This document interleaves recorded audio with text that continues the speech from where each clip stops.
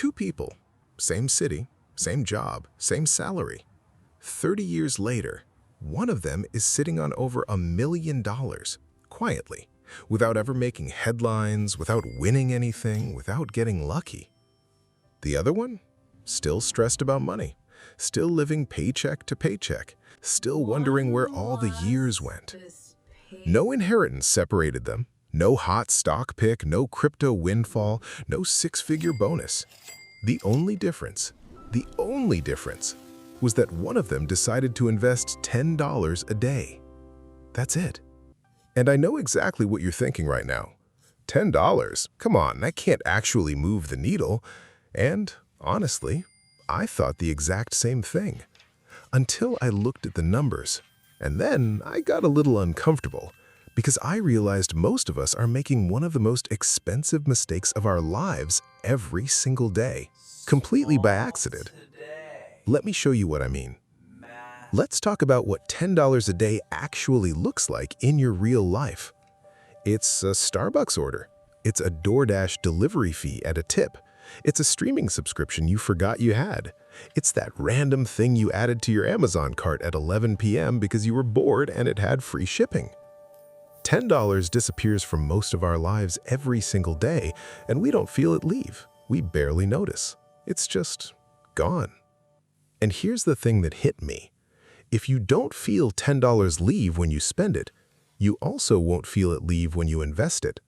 The money just moves. The question is, where does it go? Because when you spend it, it's gone. Done. That coffee existed for about 8 minutes. But when you invest that same $10, it doesn't disappear. It goes to work, and it keeps working every single day, even when you're asleep, even when you're on vacation, even when you're not thinking about it at all. But here's what nobody tells you, and this is the part that genuinely surprised me. Most people aren't avoiding investing because they can't afford it. They're avoiding it because they've convinced themselves that a small amount won't matter, that it's not worth it until they have more, that they'll start later when things settle down, when the paycheck gets bigger, when life gets easier. But later is the most expensive word in personal finance. Okay, so here's where things get genuinely interesting. Most people have heard of compound interest. It gets thrown around constantly. But very few people actually feel what it does over time. So let me give you a picture that I think will stick with you. Imagine you're pushing a tiny snowball down a very long hill. At the top of the hill, it barely picks up anything. You push it 5 feet and it still looks like a little snowball. Nothing impressive. You might even feel a little silly for bothering.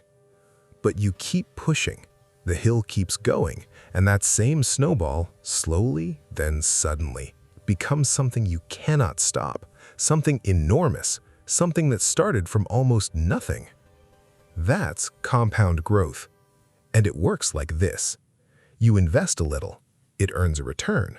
That return earns a return, that earns a return, and on for years, for decades, each layer growing on top of the last. Now, I want to be genuinely honest with you here because this channel is never going to hype you with numbers that aren't grounded in reality. The US stock market, measured broadly through diversified index funds over long time horizons, has historically produced average annual returns somewhere in the range of 7 to 10%. But, and I need you to hear this, that's a historical average, not a promise. Markets go up, markets go down. Some years are painful. Some years are incredible. Nobody can tell you exactly what the next decade will look like. What we can say is that patient, consistent, diversified investors have historically been rewarded over long periods.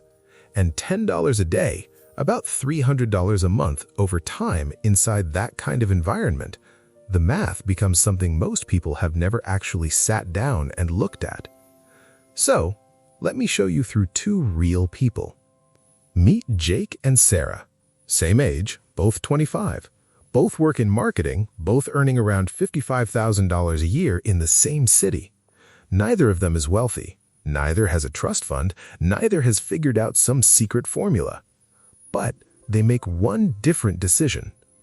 Jake tells himself he'll start investing later, once his car is paid off, once he's making more, once he has a clearer plan. He's not being lazy, he genuinely believes later makes more sense. He's just waiting for the right moment.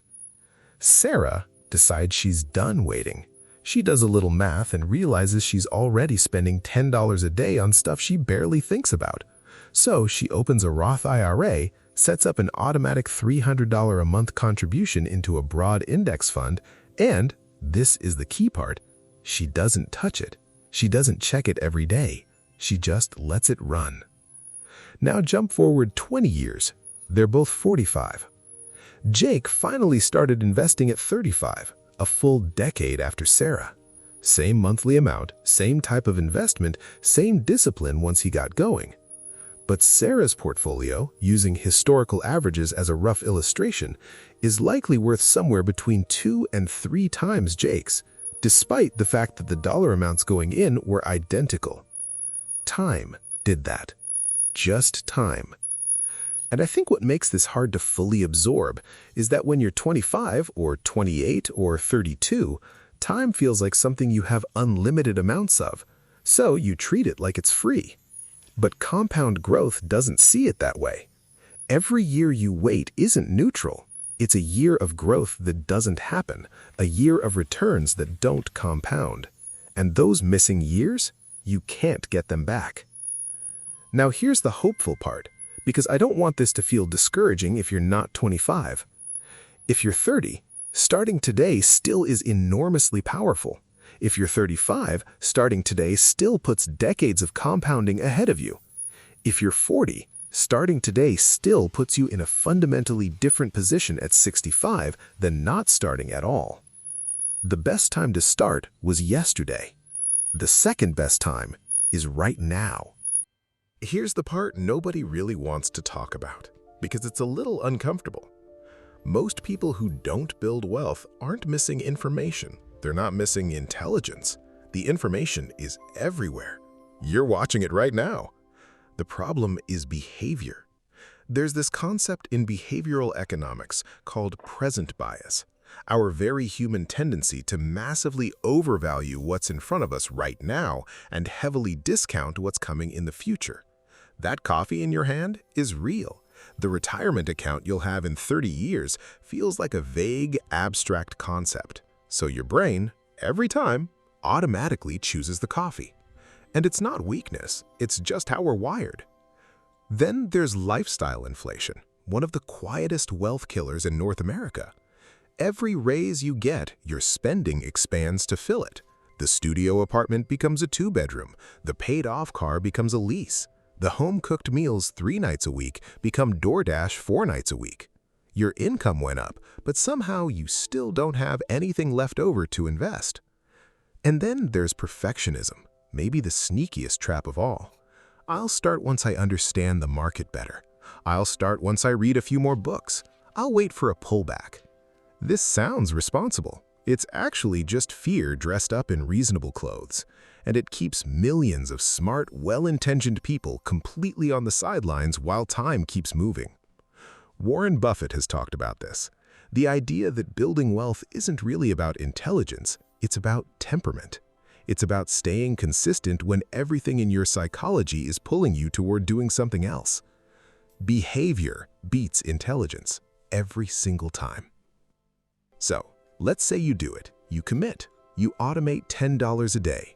You don't obsess over it, you just let it run.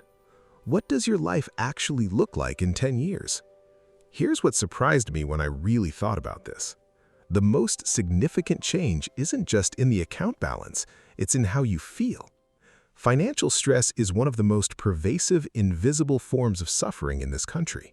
Study after study shows that money anxiety affects sleep, relationships, job performance, parenting, health decisions, essentially everything. Most Americans and Canadians consistently rank money as their #1 source of stress. But when you have a portfolio growing quietly in the background, something shifts in your psychology. You stop panicking every time an unexpected expense hits. A car repair doesn't ruin your month. A medical bill doesn't spiral into credit card debt.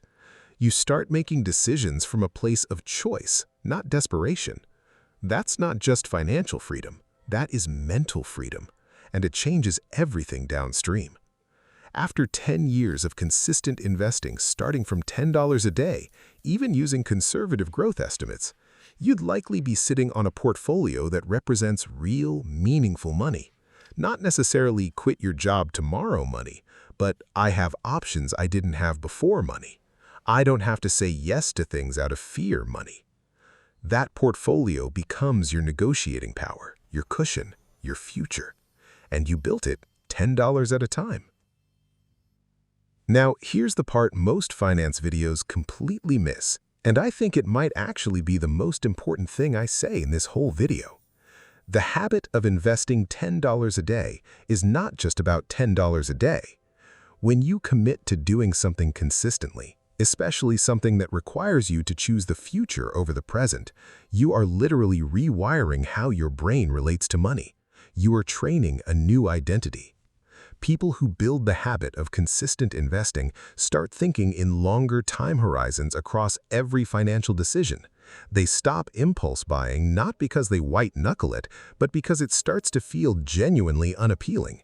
They get better at separating what they actually want from what they're just reacting to in the moment. And here's what almost always happens once you start. You don't stay at $10. You get a raise, and instead of spending all of it, you bump it up. You cut one subscription, and that goes in too. The habit becomes the foundation, and the foundation supports more. The person who started at $10 a day and has stayed consistent for 20 years didn't just accumulate a portfolio, they became a fundamentally different person when it comes to money.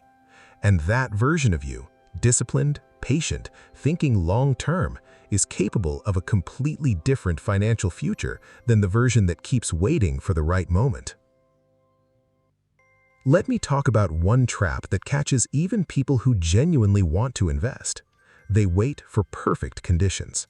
The market's overvalued right now. I should wait for a correction. I heard there's something happening with interest rates. I've got a feeling about this one stock. Stop. Research on market timing is about as clear as research gets in finance. The vast majority of investors who try to time the market, waiting for the perfect entry, jumping in and out, underperform compared to people who simply invest consistently regardless of what the market is doing. This isn't a controversial take. The data is overwhelming and well documented. Every month you spend searching for the perfect moment is a month your money isn't compounding. Every dollar you put into a speculative bet is a dollar that could have been quietly growing inside a diversified index fund. And I get it. Index funds are not exciting. They're boring by design. There's nothing to brag about at dinner. But boring and consistent, applied over long periods, has historically outperformed exciting and unpredictable for the overwhelming majority of everyday investors. Start. Stay consistent. Let time do what only time can do. I want to leave you with something. Picture yourself 10 years from now. You're a decade older. Maybe life got more complicated. It usually does.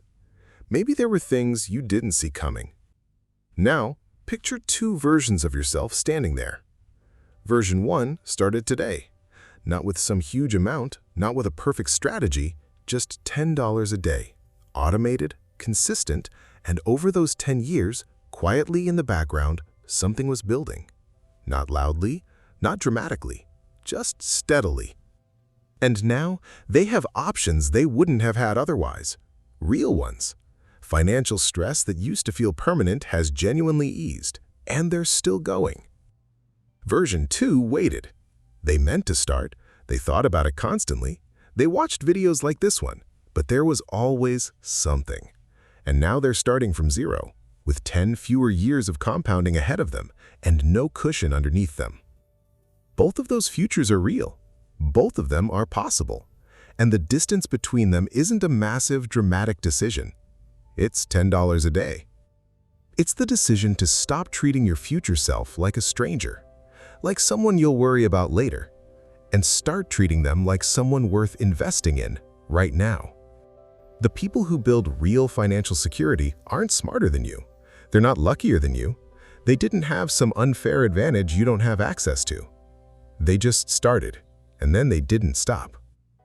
10 years from now, you will either wish you had started today, or you'll be grateful you did. That choice is yours, and you can make it right now. If this video changed the way you think about money, even a little, subscribe to Alexander Finance. This channel exists for one reason: to help ordinary people make extraordinary financial decisions, one smart step at a time. Hit that notification bell so you don't miss what's coming next, because this is just the beginning.